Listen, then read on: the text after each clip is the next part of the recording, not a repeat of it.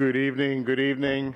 My name is Bob Ross. I'm President and CEO of the California Endowment. Welcome to our Center for Healthy Communities and an extraordinary evening of conversation and discourse. And it's my job to briefly introduce these two gentlemen who, if you did not know them, you would not be here this evening.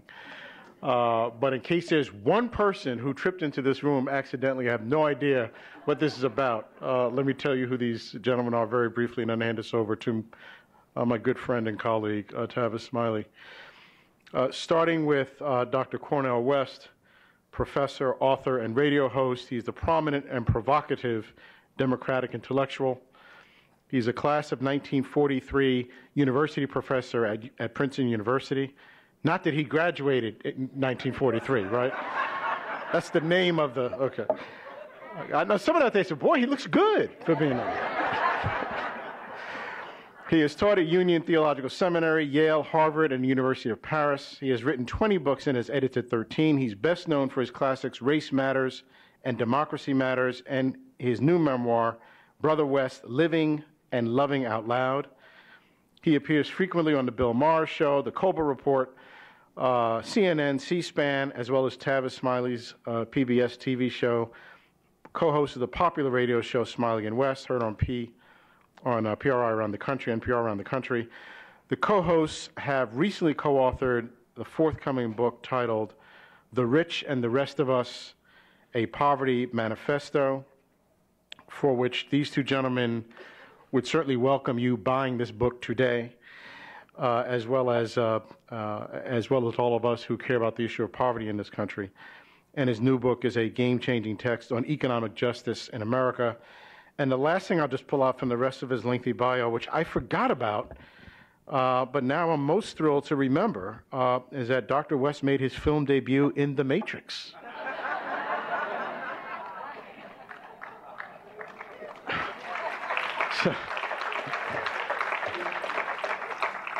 And we may need some of that intergalactic science fiction magic to make poverty disappear in this country. But I'd forgotten about that, Dr. West, and enjoyed seeing you in that film.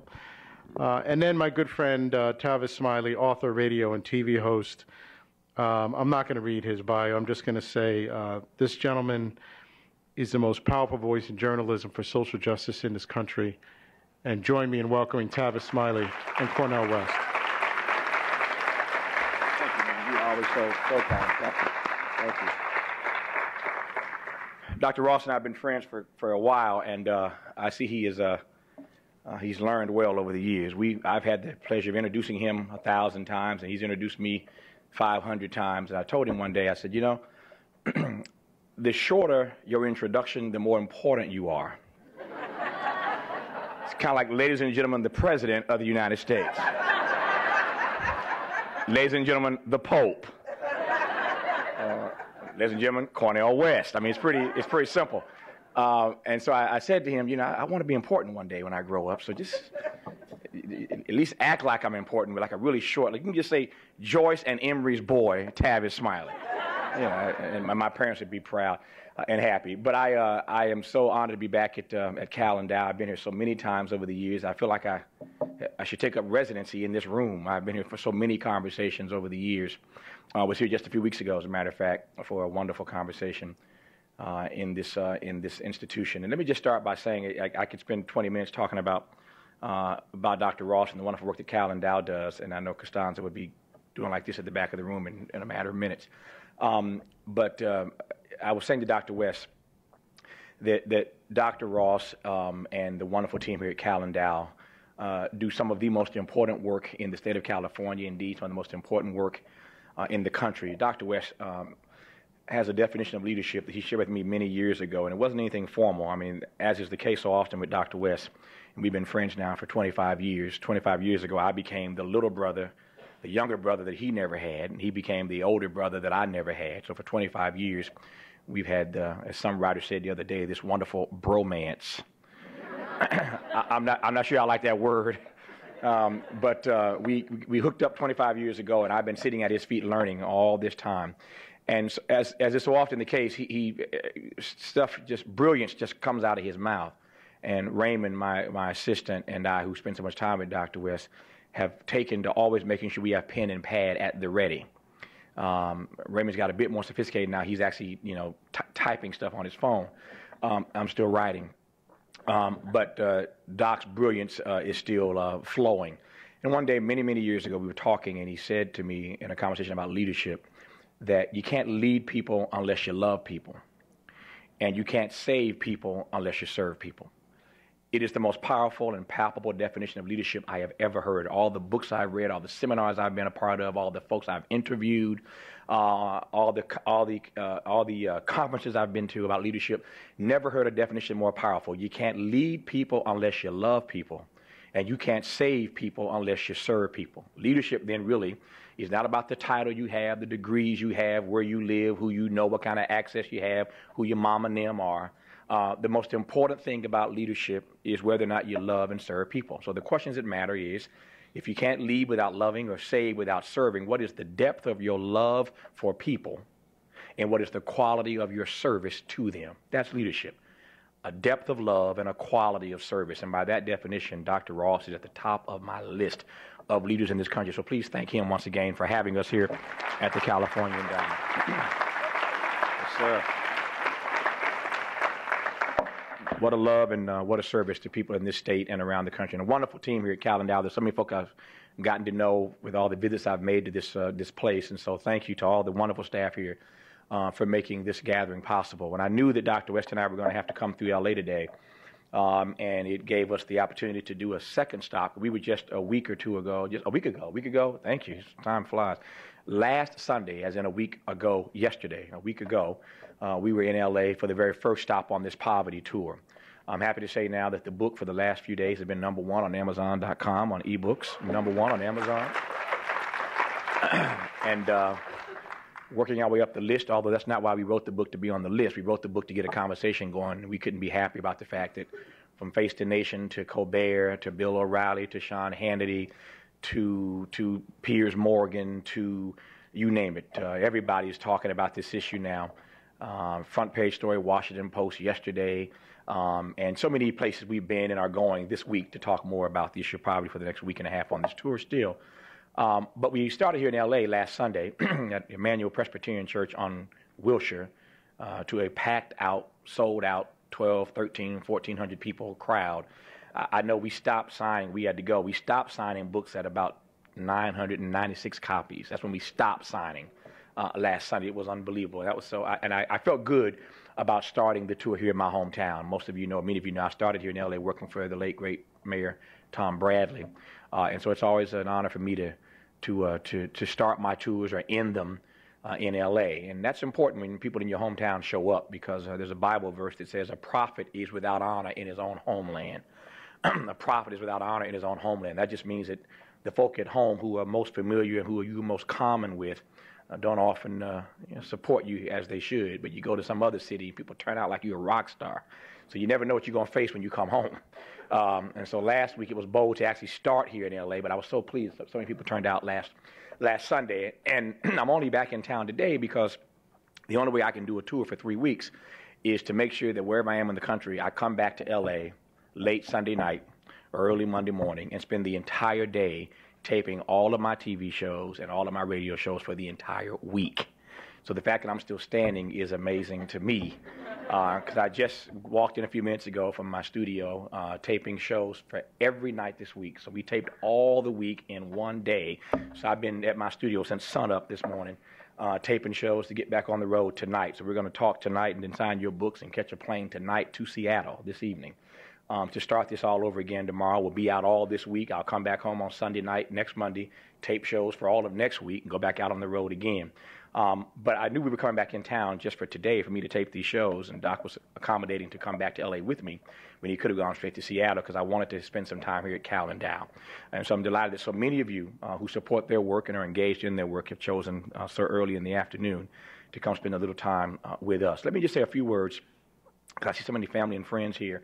And I don't want to start calling names, but Lydia Shane, who I work with in the mayor's office, is here. Olivia Mitchell. When I first went to work for Tom Bradley, he assigned me. My first job in the mayor's office was working with Olivia in the Office of Youth Development. And years later, when I became a TV star, whatever that means, and started my own foundation working with young people, I wanted to make sure that I reached out to the person who I knew could help best get this foundation off the ground. And 12 years later, thousands of kids later, all across the country, the Tavis Smiley Foundation is still doing high-quality work, helping to develop young leaders. And Olivia out of the mayor's office got me started years ago when I started making a little money and decided I wanted to reinvest in my own community rather than going to the west side. I bought an old, dilapidated, graffitied, rat-infested, burned-down structure on Crenshaw near Vernon, and wanted to turn it into a beautiful edifice for my entire company and the operations of TV, radio, foundation, everything, all of my 40-plus employees.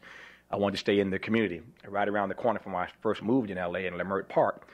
So I bought this building on Crenshaw, figuring that if I would do something nice with it, it would, one, keep me rooted, but number two, help turn around that community.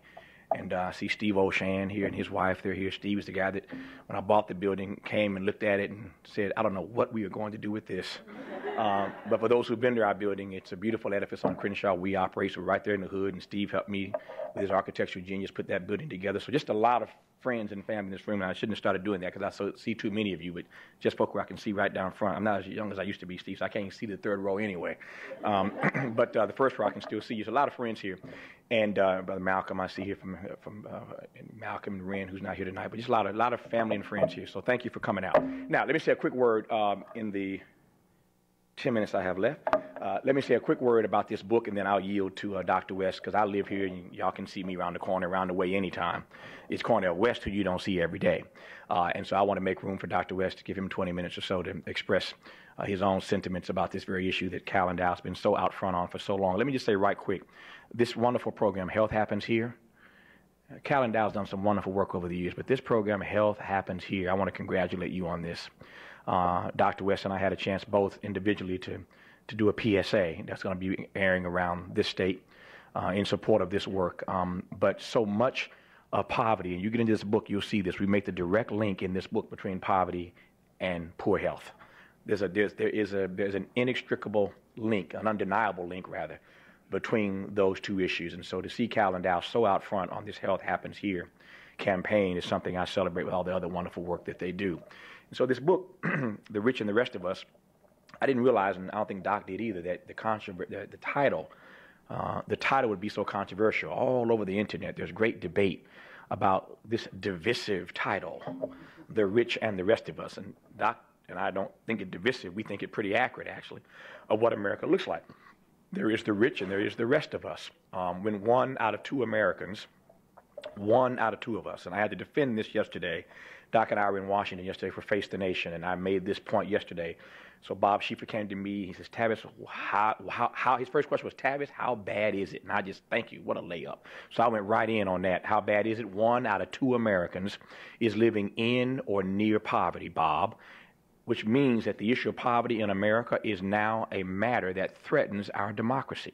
Poverty threatens this democracy as we know it. I went a step further and said, moreover, as we argue in the text, poverty is a matter of national security. Poverty is a matter of national security in this country. I'll leave that now for Dr. West to unpack when he comes up. But that's how we started yesterday. And Bob Schieffer looked at me and said, did you just say 1 out of 2? He said, how do you figure 1 out of 2? And I had to go back, and Doc and I both responded to his question and really explained how this 1 out of 2 is a very real number. It sounds startling. I think what happened was, for all the years that Bob Schieffer, veteran journalist, has been around, to hear somebody look him in the face at his desk, live on TV, and say, yes, you heard me, 1 out of 2, 50%, 150 million Americans in or near poverty. I think it just hit him. So he backed up and asked me to defend it. I said to Dr. West on the plane home late last night, we had a couple other events and book signings yesterday in D.C. and got in late last night. And I said to Dr. West last night something that I haven't even had a chance to talk to him about now because I've been at the studio all day and I just reconnected with him. So I told you last night on that plane that PolitiFact was going to call us. Didn't I tell you that? PolitiFact is the organization in Washington, some of you know, that checks everything you say. If you go on a Sunday morning show, especially, if you're Romney or Obama, everything you say had better be accurate. So I told Dr. West, I could tell by the way that Bob came at me on that question, PolitiFact was going to call us. They did. There's a big story online right now. We are the homepage story on PolitiFact. Smiley and West to say 1 out of 2 in poverty, true or false. And there's a big story, and it turns out that we're right about this.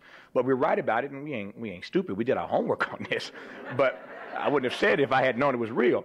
But we're right about it because when you take the perennially poor, or that is to say the persistent poor in this country, the folk who never get talked about, they're always stuck in this situation. We started this poverty tour we took last summer. Last summer, Doc and I got on a bus, went to 11 states, 18 cities, talking about poverty, trying to see what the real face of poverty was in the country.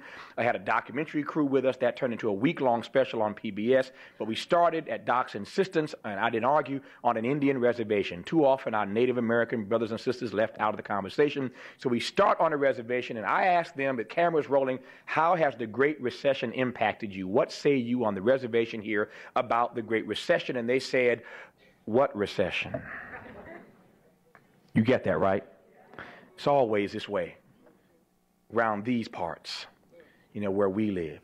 But you take the persistent poor, who never get talked about, add to them the new poor, who we argue in this text are the former middle class.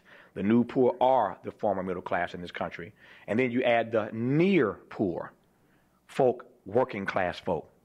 That phrase I hate so much, the working poor. I hate that term. If you work, you ought not to be poor. But we say that so easily now, the working poor. You take the perennially poor, you add to that the new poor, the former middle class, you add to that the near poor, you got 150 million people in this country who are wrestling, trying to get out of poverty, or just a paycheck or two away trying to stay out of poverty. My friend Susie Orman, who we quote in this book, says the problem these days is that there is a highway into poverty, a highway in, but not even a sidewalk out. And that's the real problem with poverty in this country. Once you get caught in the clutches of poverty, it's darn near impossible in the land of the American dream to realize a way out, to see a way out. We quote George Carlin, the late great comedian, who once said of the American dream, they call it the American dream because these days you got to be asleep to believe in it. And so I'm all for the American dream like anybody else, but there is part of that dream that doesn't ring so true for so many Americans. And now here we are, 1 out of 2 of us living in or near poverty. The book that you have, some of you have already purchased it. For those who have not, we will lock the doors in the end. And you're going to support this and get your text. But in the book, let me just give you right quick what the framework is. It's a very easy to read book, very easy to follow. We tried to put all the information out there with a very easy to read and enticing narrative that will make this issue come to life for you, even though we know that poverty clearly is not the most sexy subject in this country. It's not like we could be talking about the Kardashians or something, but certainly here in Hollywood where we live, there are sexier things to talk about, but nothing more important than this. So for those who have the book, you can open it up right quick at the table of contents, and you'll see how the book is laid out.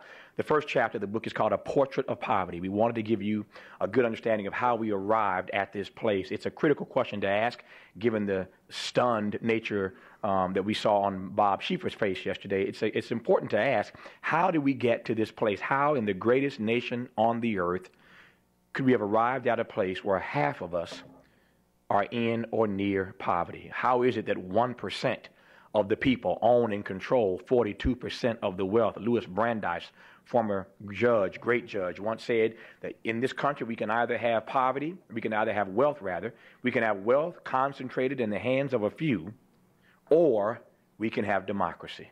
But guess what? We can't have both.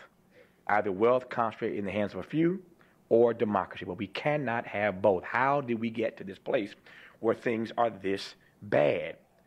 For some of us who weren't even born when Lyndon Johnson was president, we have not seen a sustained conversation in this country about poverty since Lyndon Johnson. There have been Democrat and Republican presidents in that time frame, obviously. And we have not had one single president use the bully pulpit of the White House to declare that we are going to fight a war on poverty and we are going to win it. Nobody has done that since Lyndon Johnson. So you have a couple generations of people since then, generations who've not seen anybody stand up and say, as we argue in this text, that poverty is not just an economic issue or a political issue or a social issue or a cultural issue. Poverty is the moral and spiritual issue of our time. And that's why it threatens our democracy. And that's why it's a matter of national security, because it's all of those things. So the first chapter is A Portrait of Poverty. How did we arrive at this place? And then we talk in chapter 2 about a poverty of opportunity. We go right into it. Why is there such a dearth and paucity of opportunity in this country? We talk about a poverty of opportunity, but then we want to challenge folks to re-examine their assumptions and to expand their inventory of ideas, to see poverty through a different prism and how we can make poverty a priority. We want to see this a little bit differently. So we argue in the book, it's not just a poverty of opportunity that this country is dealing with, but there's a poverty of affirmation. There's a poverty of compassion. There's a poverty of vision. There's a poverty of imagination. All of these things plus equate to a nation where poverty is not a priority and poor people end up being rendered invisible. The worst thing you can do to a poor person is to make him or her feel invisible. At best in a political election year like the one we're in now, poverty or poor people become a calculation. But more often than not, they are an afterthought. We argue in this book that there seems to be, at least to us, a bipartisan consensus. And you can imagine when we made this point yesterday, it didn't go over so well in Washington. But we made the argument on Face the Nation yesterday in Washington that there seems to be in this town, Bob, a bipartisan consensus that the poor just don't matter. I said to Bob, and you know how hard that is to do in this town, a bipartisan consensus, that the poor, that poverty just really doesn't matter. And so this is a problem that we can critique both the left and the right for not doing enough to rid the nation of this expanding poverty, this expanding gap between the have-gots and the have-nots. Beyond those chapters, we take on the 10 worst, and I call them demonic lies, that continue to be told about poverty and poor people. 10 horrible lies that we hear every day in the media, perpetrated by the media, by politicians, by conservative think tanks. These are the lies about poverty, about the poor, that we need to wrestle to the ground. We take them on. So the next time you're in a debate about poor people or about the issue of poverty and you hear one of these lies that you're going to read in this book, you now have the data. You now have the information in short form, in a real easy-to-read narrative that tells you how to push back on that lie, push back on that nonsense by taking on these myths about poverty and poor people. And finally, in the book, we lay out the 12 things that we think in this poverty manifesto, 12 things that we think must be done if we're going to get serious as a nation right now to reduce and to eradicate poverty. So those 12 ideas are laid out in the book. So that Dr. West, again, on this poverty tour last summer, had no idea that we'd be impacted the way we were on this tour. And we learned that poverty is not color-coded. This ain't a black or a brown thing. I said to Bob yesterday, with 1 out of 2 Americans living in poverty or near poverty, one ain't got to be a rocket scientist to know this ain't a black issue. This is not a brown affair. Too many Americans of all races, all colors, and all creeds are wrestling with poverty. When I said earlier that the middle class, the former middle class, are now the new poor, that's real. That's a very real consideration. And so we want to, in this book, try to set the record straight, but try to be true to the legacy of the person we regard as the greatest American this country has ever produced. And to us, that's Martin Luther King Jr. And we believe that the very future of this democracy, we believe that the very future of our democracy is inextricably linked to how seriously we take his life and his legacy. His legacy, what is that about? Justice for all, service to others, and a love that liberates people. Justice for all, service to others, and a love that liberates people. And when we say love, we just mean that everybody's worthy, that all life has value, that all life is precious, not just the rich and the lucky, but all the rest of us as well. And so we look forward tonight to your questions and your comments in just a few minutes about the subject, and hope that the work we're doing individually and collectively will continue to try to push poverty higher up on the American agenda. We cannot abide another race for the White House where the issues of the poor and poverty don't get addressed. In the last race for the White House, I remind people all the time, we discuss it in the text, in the last race for the White House between Obama and McCain, 3 presidential debates, the word poor or poverty doesn't get mentioned one time. McCain doesn't raise it. Obama doesn't raise it. The moderators, including my friend Bob Schieffer, didn't ask about it. So there was no conversation about the poor or poverty in the last election. Fast forward 4 years and look how bad things are now. Half of us in or near poverty. We cannot go from here to November without this issue being raised higher on the agenda. We thank the Occupy movement and all the others who are using their agency to get this issue discussed. We thank Cal and Dow and all the nonprofits who are doing their part to get this issue in its various and complex forms and iterations on the agenda this time around. And we thank you for coming out today to be a part of this conversation. So with that, I am honored to welcome back to California. Actually, it's kind of weird me welcoming him back because he was here before I got here, given that he was born in Tulsa, Oklahoma, but raised in Sacramento. His mother and father, Clifton and Irene West, two wonderful parents. His brother Cliff and two sisters, Cheryl and Cynthia, out of Sacramento, California. His mother is such a star. She's turning 80 this year. Such a star in Sacramento. There's a school, a brand new school right off the overpass in Sacramento named after her, the Irene B. West Elementary School. First black woman to be a school teacher in her district. First black woman to be a principal in that district. In the city of Sacramento, she's a star in Sacramento for loving and serving children. You can see it got passed off to her children in Cornel West. I say all the time, he has a heart full of grace and a soul generated by love. If I were ever in a foxhole, nobody in the world I want more in that hole with me than Cornel West. He is the Du Bois of our time. He's America's leading public intellectual, and I'm delighted to call him my big brother and friend. Please welcome Princeton Professor Dr. Cornel West.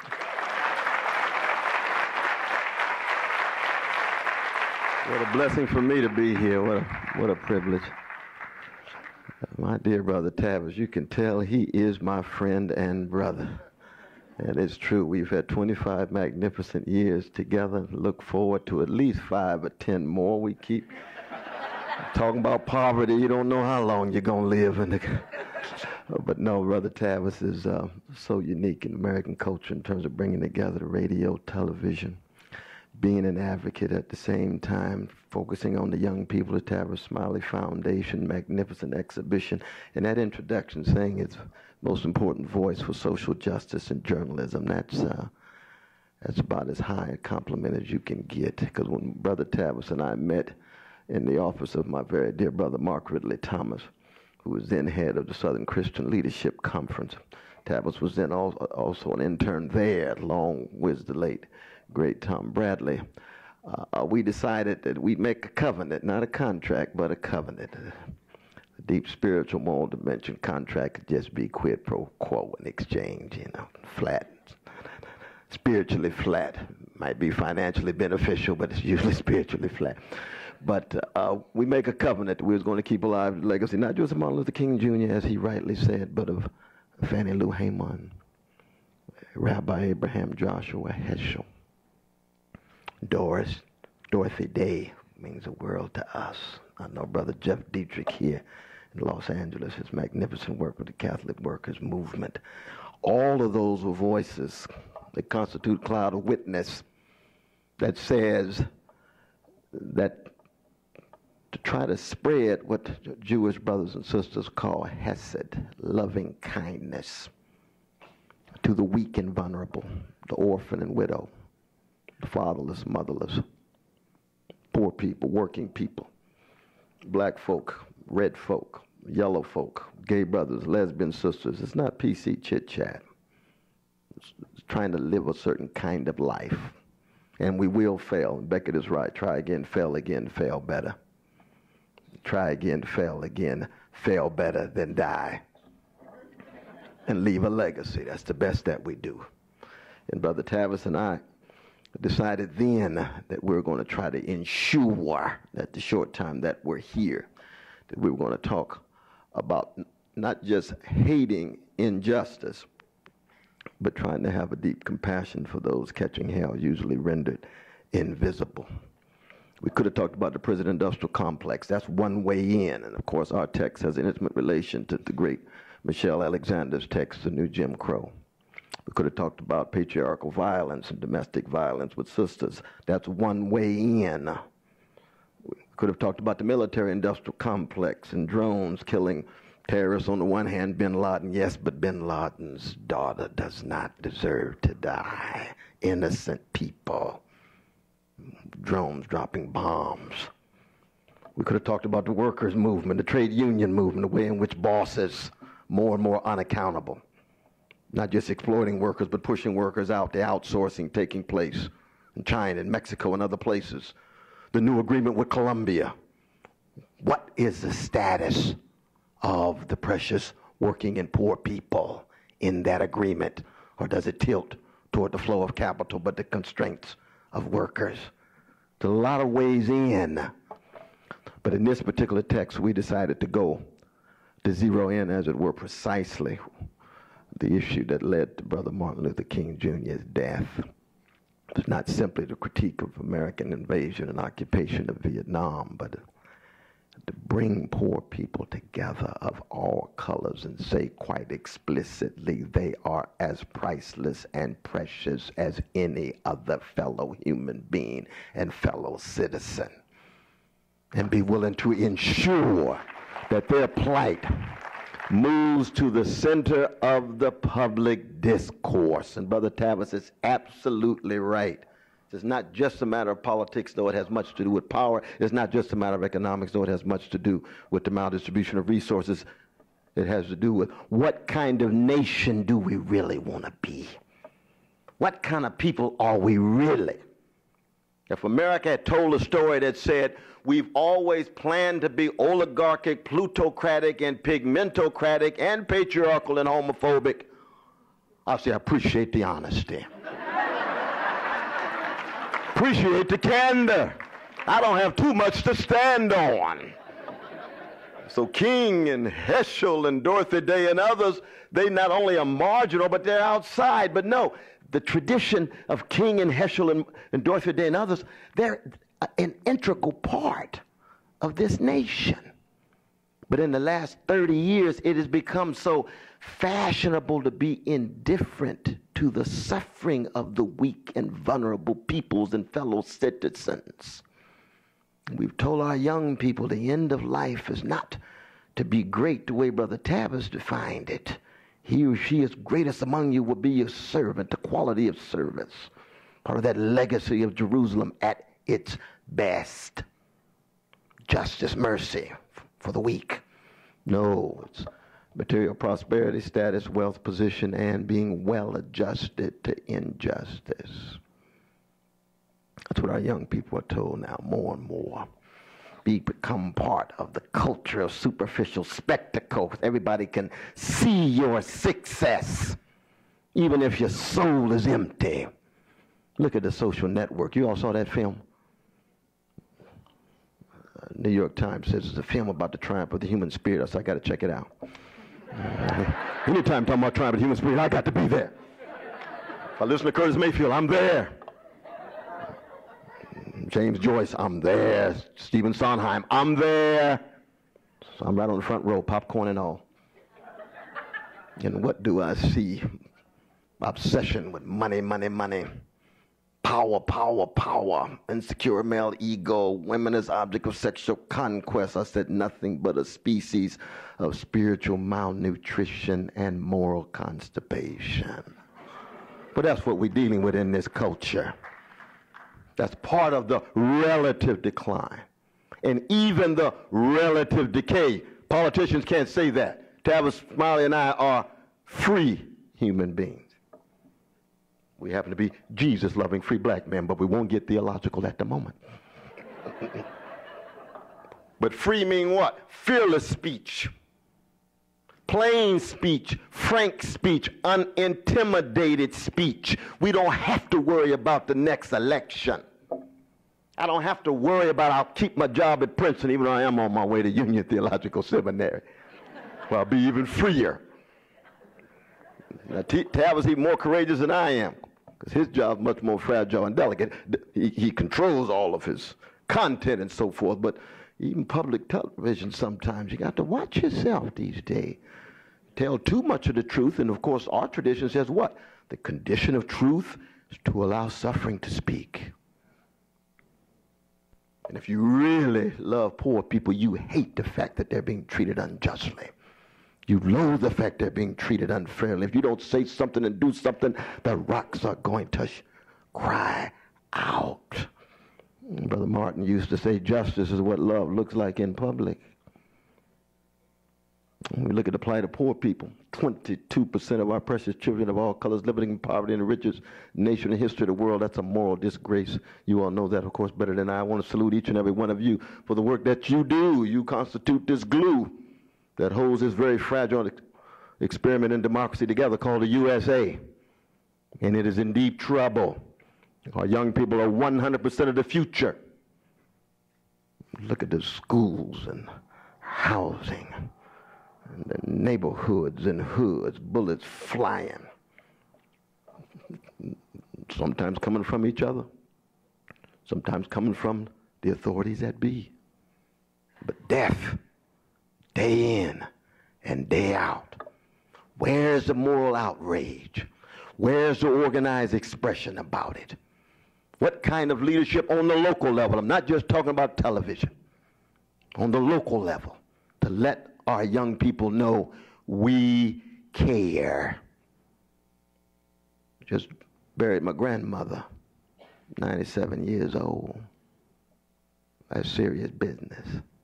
It reminds me, just like you all already know, we are who we are because somebody loved us and cared for us. How do we express our individual and institutional care for the younger generation, for the elderly, for our middle classes on their way to poverty, for working peoples whose unions tend to be weaker and weaker given the system designed in such a way that those at the top accrue magnificent resources. Think about it, just 2010, the top 1% got 93% of the income growth. It's not just a question of political parties. It's a structural tendency in the system itself. 35 years ago, 9% of the profits, corporate profits, went to banks. Today, 42% of corporate profits go to banks. It's the financialization of monopoly capitalism. So they're very much like Brother Mitt Romney, who made his big money making deals. His father made big money as CEO with workers making cars. That's a major shift. So even when they made profits, at least they had some productive value for the society as a whole. Whereas so many of our investment bankers, it's just billions and billions and billions of dollars made with no translation in the productive value. And then no accountability. And then when they have what they say about poor people, character flaws and bad decisions. That reminds me of some investment bankers. They get welfare. $16 trillion running this very moment. Can you imagine what $16 trillion would do to poverty? Education, health care, jobs with a living wage. The warped priorities of American society. And yet, when we need money for war, we find it, even if we go into debt. We need money for jails and prisons and the criminal justice system that tilts against poor people, tilts against black youth, tilts against brown youth. We find money for that. But when it comes to their education, we don't just say we don't have a penny, but we cut. We've cut 300,000 teachers in the last couple of years, and then say we're fundamentally committed to the quality education of our children. Either we stop lying, or we point out the hypocrisy and say we are going to do something about it. And what I love about the brothers and sisters in the Occupy movement, we're going to put our bodies on the line. We're not just going to talk about ways in which we fit into the system. No, we fill the streets, the jails, civil disobedience, peaceful, yes, but saying we've had enough. We're going over a cliff. What will it take to take seriously that first line of Henry David Thoreau's great classic Walden? How do I awaken my neighbors from their sleepwalking? What will it take? That's the fundamental question that this text raises as part of a tradition. You got Michael Harrington's The Other America, 1962. Dwight MacDonald's Review and the New Yorker wakes John Kennedy from his sleepwalking. Maybe we ought to talk about war on poverty. He shot down. Here comes Lyndon Baines Johnson. Let's declare a war on poverty and cut the poverty rate in half in 11 years. That's what happened in the 60s. It's no accident that so many of our deeply conservative right-wing brothers and sisters trashed the 60s. As if it's just flying high in the friendly skies, all about Woodstock. and not about declaring wars on injustice, apartheid in America, Jim Crow, declaring war on poverty, not just cutting the poverty rate in half for our elderly, cutting it 65%. Shifts with Medicare and Medicaid and so forth, you see. How do we shift the discourse from austerity obsession and cut in the middle of a recession and depression on the ground? I'm not saying what many of the economists say. They said recovery is over. Well, how do you define that, please? Well, it happens to be jobless. Well, we need a different discourse. Depression still happening, thank God. We talk about Paul Krugman's new book, End the Depression Now. He's absolutely right. It's still depression-like. Indian reservations, brown barrios, black hoods, white brothers and sisters in Appalachia, Asian brothers and sisters in Minnesota and other places, you see. And let's just be honest about it. Now people say, well, it's very difficult to engage in this kind of discussion because it's election year and we've got the Republicans making their move. In the eyes of many of us, Republican candidates look as if they're so mean-spirited toward poor people. We've got evidence for that. Mendacious, I would add mediocre. And then the Democrats, for us, still too milquetoast, too spineless, obsessed with the middle class. It's disappearing. What about working people? What about poor people? Middle class. Both parties tied to big money. Huge amounts of money coming from oligarchs and plutocrats, big banks, big corporations. How do you gain some foothold in such a truncated public discussion? And the corporate media just echoing. Fox on one side, MSNBC on the other.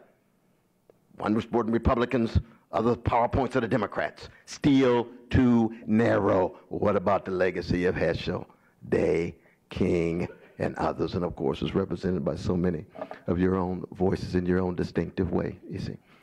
That's very much the spirit of this text. And it talks quite explicitly about the call for massive job creation, partnerships, private sector, public sector, zero in on children from birth to 6 years old, the kind of things the great Marian Wright Edelman has been talking about. It's not so much a matter of finding breakthroughs as to what we ought to do. As Brother Tavis says all the time, it's a matter of will, not skill. How do we get the intellectual clarity and the political will, the moral fortitude, and the spiritual determination to create a renaissance of compassion, imagination, opportunity connected to justice? And of course, philanthropy has a very, very crucial role to play in terms of contributing to that renaissance. But in the end, philanthropy itself is not justice. It's a way of contributing to a public discourse that allows us to wrestle with what a systematic arrangement of society is. See?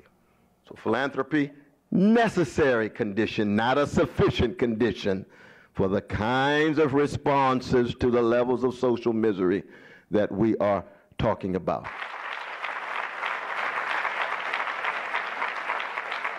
So there are questions coming from the audience, and if you have them, they'll be collecting them. So Doc, I'm going to put you to work today and let you answer some good questions here, and we'll move through them, and I can chime in if I think I need to, which I probably won't. The first question is, the 12 poverty-changing ideas in the book certainly resonate with progressives, but how do we have a conversation with those not in the choir? Is there other messaging or another framework that we think will resonate with these persons on the issues? How do we talk to folk who are not predisposed to agreeing with us? Well, one is that anytime you talk about so-called conservatives or right-wing or even moderates and so on, that you're not really talking about just a monolithic ideological position. There's always elements inside of their position that you can connect with and engage in an internal critique of their conclusions. So, for example, let's say if I'm having a dialogue with Brother Ron Paul. Now, Ron Paul and I are in deep solidarity in terms of our critique of the Patriotic Act. We're in very deep solidarity in terms of our critique of the National Defense Authorization Act. I'm actually a plaintiff against that because he believes in individual liberty.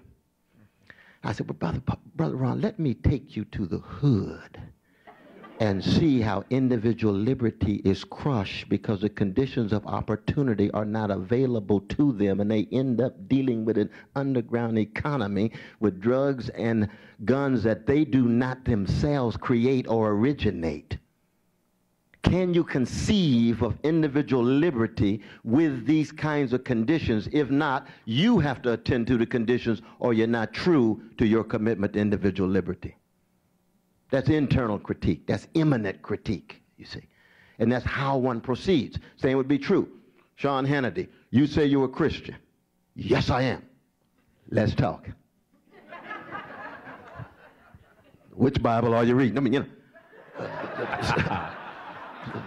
Poor, Jesus in the temple, money changers, run out, den of thieves, house of prayer.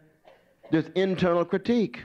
We had the same thing with Morning Joe. Mm-hmm. Morning Joe's a deep Baptist brother, and Sean Hannity's a deep Catholic brother. There's ways in. Your Pope himself says dignity of labor, unions are fundamental, and so forth. Why are you so obsessed with this issue? Don't have a mumbling word to say about this one. Mm. I mean, that's the beginning of it. That's a good segue to this next question. Often race is used as a proxy for class divisions. We show in the book, you show in the book, that this economy crosses race, ethnicity lines. Do you see significant growth in self-identified solidarity among poor and working class people? Well, that's what we're after. That's what we're after. But the problem is that, see, the vicious legacy of white supremacy in America has been such that it is the most explosive issue. And you can't talk about that legacy without talking about poverty. You can't talk about that legacy without talking about wealth inequality, you see. So that because it's so explosive, that it tends to overshadow class inequality, economic inequality. And the challenge always is to be able to hold both ideas in your mind at the same time and still retain the ability to function. It's never either or. Mm-hmm. It's both and. The same would be true in terms of patriarchy. The same would be true in terms of any form of these vicious ideologies, anti-Semitism, anti-Arab, anti-Muslim bigotry, and so forth, homophobia, and so on, you see. So that we're never going to be able to get at poverty if you want to be colorblind or act as if the vicious legacy of white supremacy somehow is pushed to the margin. No. See, Trayvon Martin, it's been happening every day for a long time. It surfaces all of a sudden, oh my God, there's still injustice in the criminal justice system. I can't take that. Police. More at night, but not last night. You know, the challenge is to connect the two and then bring persons together and say, yes, we will talk about both simultaneously, honestly, and yet still keep track of our deeper humanity, which is what, in the end, it's all about. When I read this question, I thought about Douglas, who I'll quote in just a second here. The question is, do you believe it's possible to co-construct a narrative that would allow the status quo to give up its power? And, you know, I thought, you know, the Douglas quote I thought of, power concedes nothing without a demand. It never has, and it never will. You want to add something to Douglas? Well, I think that it is true that there's something called enlightened self-interest, that people feel as if the only way in which we can actually survive is to reduce poverty, I'm not really making poverty central, but I'm concerned about survival, and therefore I do it. Just like the cutting back on prisons in California. You got Angela Davis and other folk been out there for 25 years. But all of a sudden, the budget gets so tight that you say, well, the only way we can survive is to cut back. But it's based on an efficiency model. It's based on cost-benefit analysis. It's not really based on justice. Well, that's one way in which institutions proceed. In addition, there is the moral and spiritual argument, and in addition, thirdly, there's political organizing that brings pressure to bear so that concessions must be made. I believe in all three of those. I believe in all three of those. Here's a question that I'm sure could be a seminar at Union. You and James Cone could have a field day in Forbes with this one. Love, which you spoke of earlier and I spoke of, love entails truth, often brutal self-honesty. How do Americans build the moral fortitude to own that which we least like about ourselves? Whoever asked that question needs to stand up and be applauded. I don't know who it was, but our dear sister did. Our dear sister did. Yes, yes, yes. Well, anytime you talk about America, again, you're not talking about just a monolithic entity. There's a lot of different kind of Americans. There are slices of America who do not want to live in a state of denial, who want to be open to the truth. There's other Americans who are in a state of denial. Some are in a state of denial because of ignorance. Others are in a state of denial because it is in their interest to be in a state of denial. And it's hard to get folk to understand they ought to change when their very way of existing depends on them being in denial. So that you got a lot of different kind of Americans, you see. And I think we have to come up with languages and discourses that are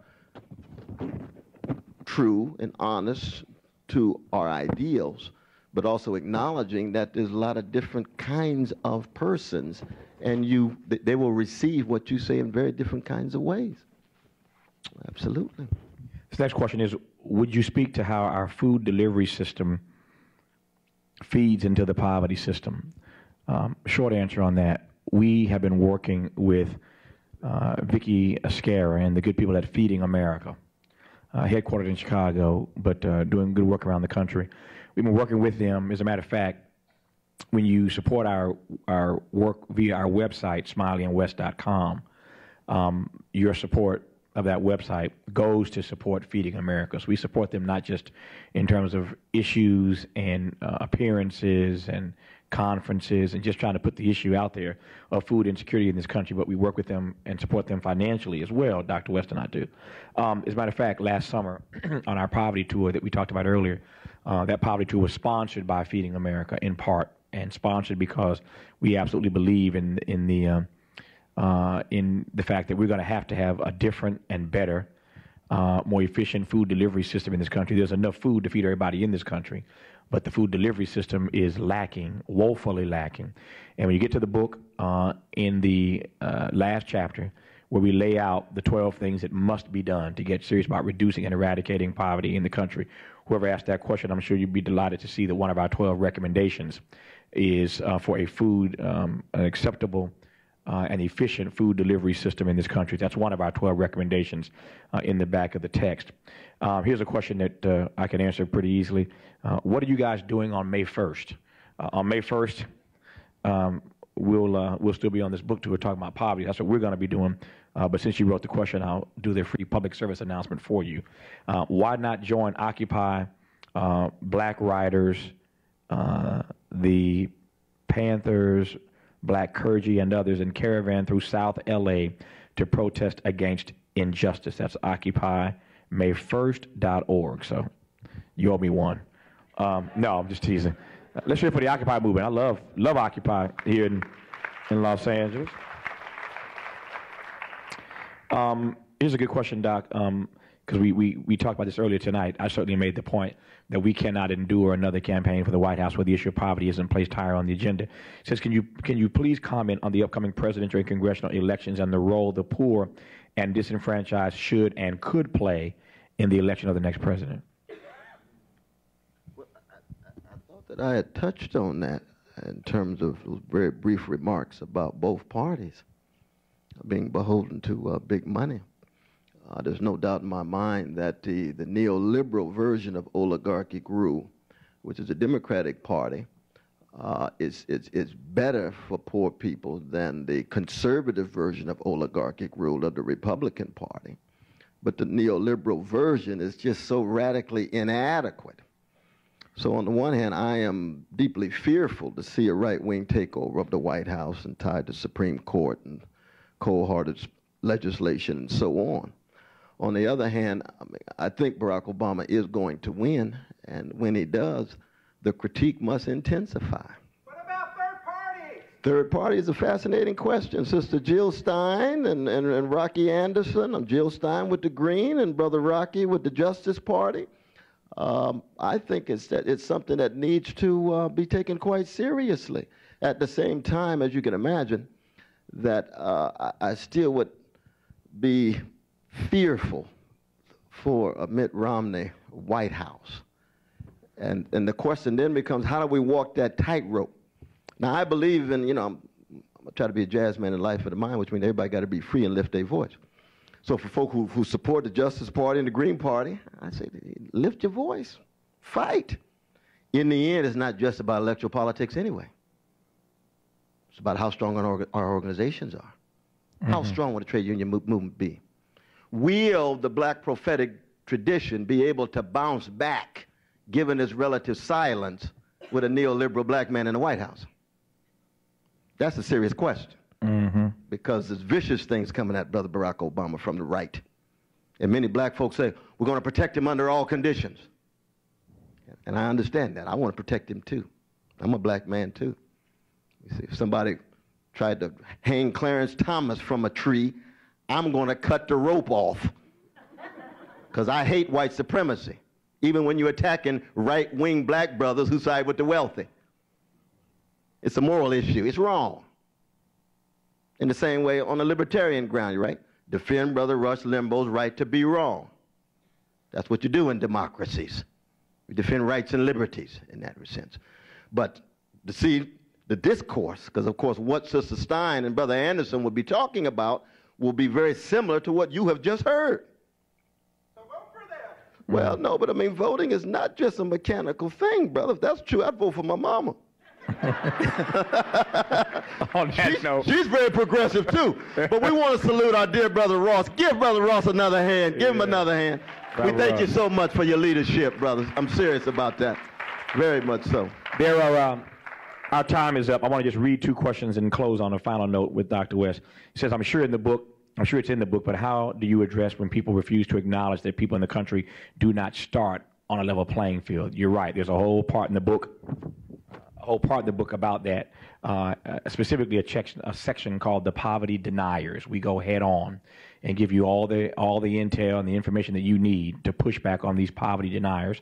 For all the information and the data that exists today, there are still people who want to deny that poverty even exists, or people at the Heritage Foundation who want to redefine what poverty is. So that if you own a cell phone or have a refrigerator or a microwave in your house, they determine you as not poor. They say, seriously, if you're obese, if you're overweight, you're not poor. The Heritage Foundation, we take that on. A lot of people, there was a great debate about that last year in this country, how we define poverty. So the poverty deniers and the poverty liars we take on in the text.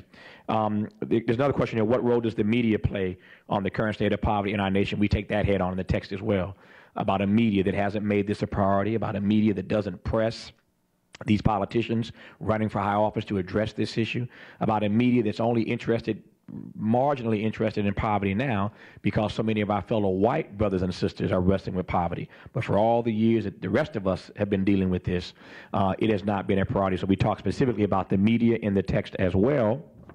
And then finally, last word to Dr. West, what gives you the greatest hope that we as a society can move towards shared humanity and shared accountability? And we'll close on that note. Assuming that you're hopeful. Did you want to say a word? Assuming that you're hopeful. Well, let me say this, that I have never been optimistic. Never. There's a million African bodies at the bottom of the Atlantic Ocean can never be recovered. Never. The Jewish brothers, Germany, Poland, each life precious. They gone, never come back. Indigenous peoples, few million left. Started with 12 million, 15, 20 million, you see. So optimism has to do with somehow being able to project some grand possibility that wipes all away the memory of the profound suffering and misery that's already in place, you see. And that's why hope for me is never the same as optimism. You see, I am a prisoner of hope. I have nothing to do with optimism, which means I have nothing to do with pessimism, because optimism and pessimism go hand in hand. That's why I'm a blues man. Been down so long, the down don't worry me no more. That's why I keep keeping on. That's called hope. Curtis Mayfield said, keep on pushing. That's not optimistic claim. That's an existential hope that sustains him because he still loves, and the love hasn't been crushed to such a degree that it can't bounce back. That's a tradition that I come out of quite. And therefore, when I look at you all and see and know the work that you do, you haven't been crushed. Unfortunately, we live in a society, market-driven. Everybody's up for sale. Everything is up for sale. But there's certain things that are non-market called love and integrity and trust and fidelity and magnanimity, greatness of character. And you all still enact that to the degree to which it has not been wiped out. Try again, fail better. The only thing I'd add to that on this question of hope, and I want to, sure, please. The only thing I'd quickly add to that, and I'll end where we began tonight, at least where I began, and that is telling you how my life and career here got started in L.A. As an intern working for Tom Bradley, and all that I've been blessed to accomplish since then, 1985, starting with Tom Bradley in this city, and now this year celebrating 20 years in the broadcast business. We start this book, the very first page of the book starts out talking about how poverty became such an important issue for each of us and why it resonates with us on such a personal level. And Dr. West tells the story in the introduction of his experience, his work with poor people in Sacramento, even as a child, and as a young person working in the breakfast program with the Black Panthers in Sacramento and Oakland. So he tells his story about his experience with poverty. And I tell my story in the introduction about growing up in poverty. I grew up in a family with 9 brothers and sisters, 10 kids, my mother, my father, and my grandmother, who we called Big Mama. So 13 of us in a 3-bedroom, 1-bathroom trailer. Tavis and his 7 younger brothers in 1 bedroom. My 2 sisters, Pam and Phyllis, and Big Mama in the 2nd bedroom. My mother and father in the 3rd bedroom. 13 people in a trailer park, the only black family for miles around. But I grew up in a trailer park with this 1 bathroom in poverty. The whole gambit, holes in the shoes and hand-me-down clothes and all of that, which isn't worth going into now. But I make the point in the beginning of the book that I am an example that even when you can't be optimistic, and I agree with Doc, optimism and hope are 2 different things. But we close on this note, even when you can't be optimistic, and for many Americans there is no reason right now to be optimistic. There's nothing that they can see, feel, or touch that gives them reason to believe that things are going to get better. But even in light of that, we have to hold on to hope. We are Christians, as Doc said earlier. We didn't come to proselytize. One of my favorite Bible verses in Hebrews says that faith is the substance of things hoped for, the evidence of things not seen. That's hope to me, the evidence of things not seen. And I'm an example, I'm a living witness that you can build, no matter how poor you start out, you can build a whole life on hope. You can build a life on hope. But I've also come to realize all these years later that even hope needs help. You can build a life on hope, but even hope needs help. And we, you, me, we are the help that hope needs. And we provide that help by being committed to this cause and by using our platforms, our voices, everything we have to raise the issue of the poor higher on the American agenda. And there's no time better than the present to do just that. Dr. Ross, we thank you. Cal and Dow, we thank you for having us here.